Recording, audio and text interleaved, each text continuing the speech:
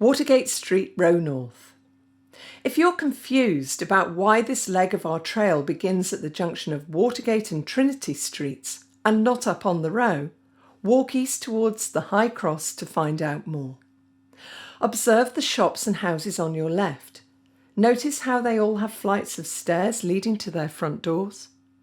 That's because the entrances are at Row level. It seems we have been locked out of the Row at this point because it has been enclosed. As you continue along Watergate Street, take the chance to admire the buildings on your right too. What do you think of the brutalist design at 55 to 61 Watergate Street? The heavy concrete 20th century take on the rhythm of the surrounding historic architecture certainly divides opinion. From street level, you'll experience the true wow factor of Bishop Lloyd's house.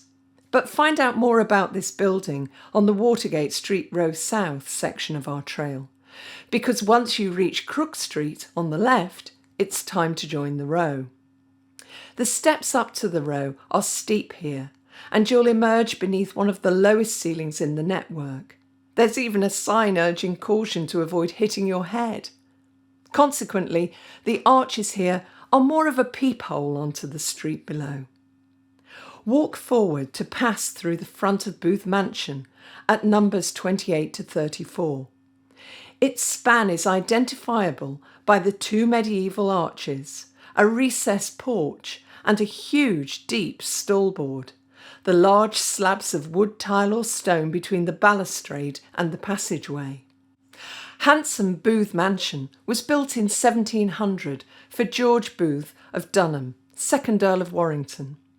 After his death, it became the meeting place of local high society, with balls and other entertainment hosted in its assembly rooms. From street level, the Georgian brickwork and its cornice crown cloak two medieval houses. It's certainly a statement piece, the largest house on the street, with 8 bays and a parade of Tuscan columns. But the house also physically pushes forward into the thoroughfare, standing proud of its neighbours. It was even slightly angled so that it could be seen in perspective from the cross. Booth was fined for his effrontery to the tune of £10 and 5 shillings, about £1,000 in today's money. The tobacconist Hermaeus occupies the undercroft of Booth Mansion, a fascinating warren of vaulted stone rooms, with some parts dating from the 1200s. The undercrofts on this street and the southern side of Eastgate Street are particularly deep, often accessed by steps.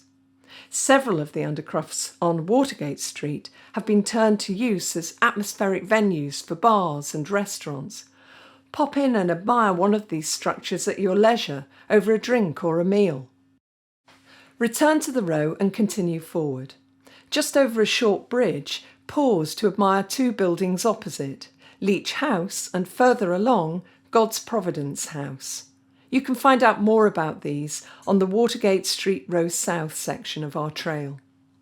The Row ends by St Peter's Church, which we describe on the Eastgate Corner and Bridge Street Row East leg of the tour.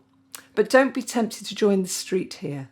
Retrace your steps briefly along the Row to the alley signposted for St Peter's Churchyard. Dip down this cut-through to emerge in a courtyard that now doubles as a beer garden for a couple of pubs, so you could stop to quench your thirst. Long before this space was a churchyard, it was where Roman soldiers would gather to receive their orders and pay. Now go down either of the alleys that lead east out of the courtyard to Northgate Street and head to the City Club, the starting point for the next part of our circular journey through the Chester Rows.